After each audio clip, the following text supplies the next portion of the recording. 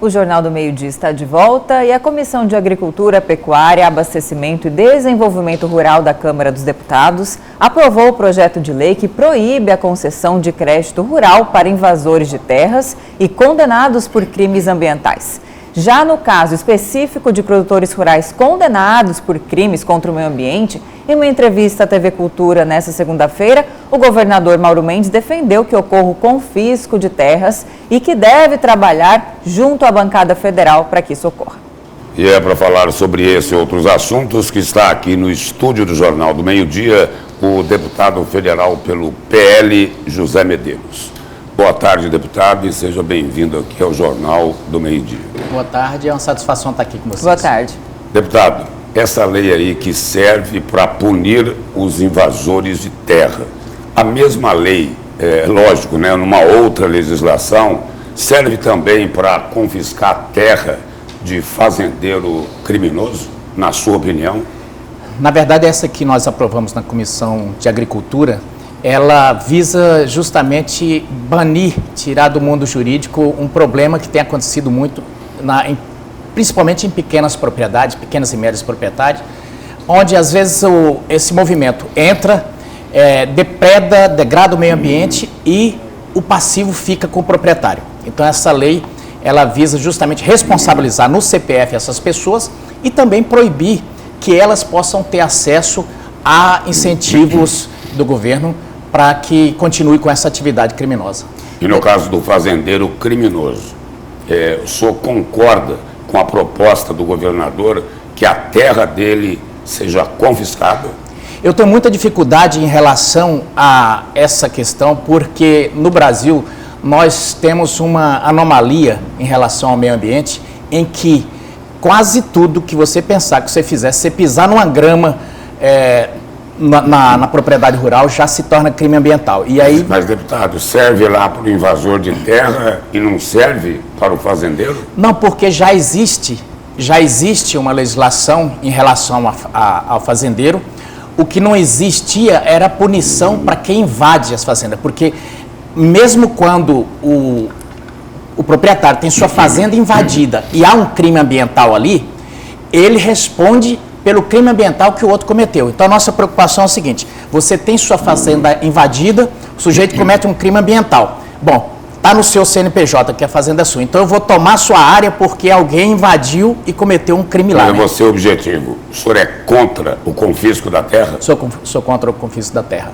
Essa é a resposta. Tem inúmeras outras opções para se punir. Deputado, em relação a essa lei que foi aprovada já, que não concede mais crédito rural a invasores de terra, ela vai afetar diretamente a existência do Movimento Sem Terra, o MST, ou não? Ele continua, tem outros financiadores? Vale a pena a gente lembrar que desde o atual governo assumiu, o número de invasões aumentaram bastante. Em Mato Grosso a realidade é outra, mas pelo Brasil aumentou-se sim. Sempre vai haver, porque o MST é um braço político que faz a militância política nessa área. Ele não tem personalidade jurídica, não tem CNPJ, e ele é financiado por cooperativas, por organismos ligados ao PT, que, lógico, manda recursos públicos para essas cooperativas e financia essas invasões, muito mais como atividade política do que propriamente busca pela terra.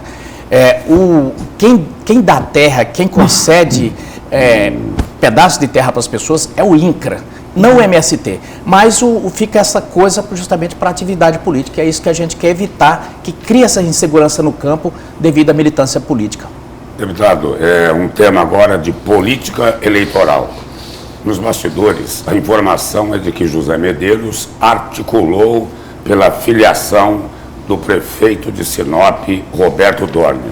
Aí, Jair Bolsonaro chega em Sinop e o prefeito é humilhado. Precisava daquilo? Na verdade, na política, às vezes as coisas é mais espuma do que chope, né? Eu, quando cheguei a ter a notícia, a me ater do tema, o prefeito Roberto Dorner já estava até filiado, né? Eu tinha ouvido alguma coisa na internet, mas até devido à distância eu não tinha ido em Sinop, então essas articulações não têm sido feitas por mim, mas infelizmente ou felizmente... Se não foi o senhor, quem é que articulou? Não tenho... Provavelmente ou da própria deliberalidade do prefeito ou mesmo da executiva estadual, eu não faço parte, eu não sei quem estava controlando, ou alguém da localidade, né? O Wellington Fagundes, é isso? Não tenho essa informação se fosse o senador Wellington Fagundes, mas o fato é que eu não estava participando da articulação. Deputado, diante dessa problemática que aconteceu em Sinop, né, de um recém-filiado que é prefeito atual da cidade, uma cidade que é protagonista em relação ao agronegócio, existe um racha dentro do próprio partido, porque é algo que quase não se vê, né? E aí, ao mesmo tempo, isso tem trazido algum conflito, por exemplo, não sei quais são suas pretensões políticas, mas muito se fala também nos bastidores que o senhor talvez tem pretensões ao Senado, e daí teria a candidata a deputada federal, Amália Barros, ganhado um protagonismo em relação a isso. O que tem acontecido dentro do PL nesse momento? Na verdade, está bem tranquilo dentro do PL. Essas, vamos dizer assim, essa movimentação das placas tectônicas acontece em todo o período pré-eleitoral municipal e é natural que isso aconteça em todos os municípios. Isso vai se ajeitando de acordo com vão chegando as convenções. No caso de Sinop, para mim está uma situação bem clara. A Medeiros, você vai apoiar quem? Bom, o líder maior nosso é o presidente Jair Bolsonaro. Se o presidente Jair Bolsonaro diz, nós vamos apoiar é esse que eu vou apoiar. Até de outro partido, né? Exatamente. Então, como é o que está acontecendo? Então, o que candidata acontece? Do Novo? No caso, em relação a 2026, está bastante longe, mas óbvio que entra no debate, porque a gente sabe que 2026 passa por 2024. E dentro do PL, assim, está bem tranquila essa questão. O presidente Jair Bolsonaro já disse várias vezes que Mato Grosso é um dos únicos estados que ele escolheu já um nome para ser. Eu tive orgulho de ser esse nome colocado como pré-candidato ao Senado. Em relação à discussão sobre a deputada Amália Barros, é natural que isso aconteça. Ela tem sido uma liderança nacional das mulheres e óbvio que o público dela também comenta a respeito e é bem natural essas aspirações. O que tem de concreto nesse momento até agora é o nome de José Medeiros. Amanhã ou depois vai ser José Medeiros? Não, vai ser a Amália. Eu estou junto do mesmo jeito. Eu vou... o que o presidente Jair Bolsonaro decidir, eu sigo e vou. Mas hoje o que tem é José Medeiros. Deputado, e nessa eleição de 2026, o bolsonarismo raiz de José Medeiros, de Amália Barros, concorda com uma candidatura, uma suposta candidatura de Wellington Fagundes ao governo? Na verdade, o PL ele precisa ter um projeto estadual. Se esse projeto vai ser com o senador Wellington, isso vai ser discutido. Nesse momento, ele é o único nome para o governo dentro do PL. Se vai aparecer outro nome, o futuro é quem dirá, né? Daria para fazer uma dobradinha com José Medeiros ou não? Não, obviamente que saindo o senador Wellington candidato ao governo, seria, obviamente, como é que se diz? A obrigatoriedade, né? Até de ter a dobradinha, porque é do mesmo partido, né? Deputado, recentemente o senhor tem criticado, né, a questão da reforma tributária, o que pode trazer uma concentração muito grande de poder nas mãos, né, em Brasília, do Executivo Federal. Também, por outro lado, o próprio governador, nessa mesma entrevista à TV Cultura, falou que acha temerário o Congresso controlar tanto dinheiro, né, que isso já se reverbera nas assembleias, 2% do orçamento. O que está acontecendo, né? Os estados estão perdendo autonomia, isso é preocupante, há um descontrole dos gastos públicos. Eu acho que independente dessa questão do descontrole do gasto público, que é uma coisa meio inerente ao Brasil, mas eu penso que o Pacto Federativo nunca teve tanto em risco. Eu me preocupo muito porque no momento que os estados começam a perder sua autonomia, os municípios também, daí a pouco algum estado vai começar a se perguntar por que eu estou nessa federação mesmo? E aí daqui a pouco a gente vai ter um Brasil que sempre foi bem unido, bem jungido, vendo o tecido federativo se romper e a gente começar a ouvir discursos separatistas aí. Deputado, e como explicar para a opinião pública, isso foi muito criticado, né? Os deputados da ala conservadora, mais à direita do espectro político, terem votado recentemente para tirar da cadeia um deputado acusado de ter mandado matar uma mulher negra a vereadora Marielle Franco, do Rio de Janeiro. O senhor votou para tirar o deputado da cadeia, que tem uma acusação tão grave em cima dele, não é? Na verdade, nós votamos, Lúcio, para que votamos da mesma forma que votamos no caso Daniel Silveira, que ninguém pode criar lei que não seja o Congresso Nacional. E o Supremo tem criado lei, no caso o ministro Alexandre criou uma lei para poder colocar quem quiser na cadeia. Por efeito colateral, foi solto esse rapaz acusado de um crime hediondo. Agora, desde a época que eu era estudante de Direito, eu tinha um professor que dizia: eu prefiro 10 culpados soltos do que um inocente preso. Porque hoje é esse Chiquinho, que com certeza a justiça tem como pôr suas mãos nele de forma legal e sem ter brecha para advogado derrubar depois. Então, o que nós defendemos foi a Constituição e a lei. Muita gente que criticou aqui no Estado, inclusive, votou da mesma forma para poder soltar deputados aqui do Estado. Então, eu vi o sujeito batendo lata e falei: não acredito que estão fazendo isso.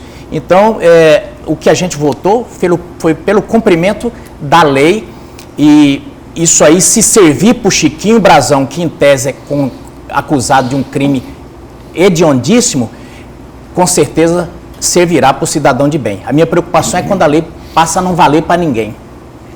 Deputada, a crítica foi que a lei, na verdade, acabaria por protegendo, né, uma pessoa que foi, né, fortemente acusada, né, um crime que levou-se 6 anos, né, até ser solucionado. O PL, a bancada mais conservadora, não chegou a talvez optar, né, ou isso está nas pretensões, né, dos senhores, em apresentar uma PEC, talvez para alterar essa questão e um deputado poder também ser punido como qualquer outro cidadão, especialmente acusado de duplo homicídio? O cidadão, o deputado deve ser punido, inclusive já existe uma decisão, inclusive do próprio Supremo. Nós votamos justamente contra isso, porque o Supremo tinha decidido que se o cidadão José Medeiros cometeu um crime que não tem nada a ver com o mandato, ele deve ser interpelado, ele deve ser julgado pela justiça comum como qualquer outro cidadão. Aí a grande pergunta é: por que nesse caso ele avocou para si esse tipo de coisa e ainda totalmente ao arrepio da lei? E o que nós dissemos é o seguinte: prenda, mas prenda de acordo com o que diz a lei, entendeu? O que nós temos defendido o tempo inteiro lá é acabar com o foro para todo mundo. Mas, sim, pelo contrário, está jogando todo mundo dentro do foro de acordo com o caso. Então, pega a dona fulana lá, mas ela é acusada de golpe, vamos colocar no Supremo Tribunal. Então, o Supremo Tribunal, que em outros países só julga questões constitucionais, está avocando para si tudo que é questão da sociedade. E aí julga de acordo com o entendimento que ele achar do momento, não de acordo com a lei. Isso é que nós estamos querendo que vote. Nós precisamos que o Brasil volte a ter balizas, a ter limites para a gente saber. Isso aqui vai até aqui, porque do jeito que está, nada faz sentido mais. É o que o ministro, no momento, entender que é. Agora, deputado, só para encerrar bem rapidinho. Deputado pode ser preso em flagrante? Pode ser preso em flagrante. O deputado Brazão estava obstruindo a justiça segundo a PF. Isso é ou não é situação flagrante? Ele foi preso em flagrante? Não. Não, eu não vou entrar no caso do Chiquinho. Obstrução da justiça. Não, mas não é isso que nós estamos falando. Nós estamos tratando. A Constituição diz o seguinte: digamos que o foro fosse, vamos começar logo na questão do foro. O foro era federal. Então é o seguinte: no momento que a polícia detectou o deputado cometeu o crime, vai lá e algema. Isso é flagrante. Obstrução de justiça não é. Oi? Obstrução de justiça não é crime flagrante. Não é situação de flagrância. É situação de flagrância. Vai lá e prende. O caso é que não prenderam por flagrante. Sabe por que prenderam? Prisão preventiva. Você está entendendo? Foi uma bagunça aquilo lá. É uma salada. Agora, eu entendo bem a pegadinha. A esparrela era o seguinte: era jogar para o Congresso o seguinte: votem, eu prendo ilegalmente, aí vocês ficam na seguinte posição: ou vocês votem do jeito que votaram pela soltura do Daniel Silveira e cumprem a lei, ou vocês votam contra a lei, no caso do Chiquinho Brazão, para entrar em contradição. Falei: nós vamos votar mantendo a coerência. porque nós não fulanizamos, não é a questão do Chiquinho Brazão, nós estamos vendo a questão da lei. Porque a gente não pode votar para Daniel Silveira uma coisa, Chiquinho Brazão outro, fulano outro, Joaquim outro. Essa é que é a grande questão, porque isso causa insegurança jurídica. Deputado, obrigado pela presença e pelas informações aqui no Jornal do Meio-Dia. Eu que agradeço. Obrigada, deputado.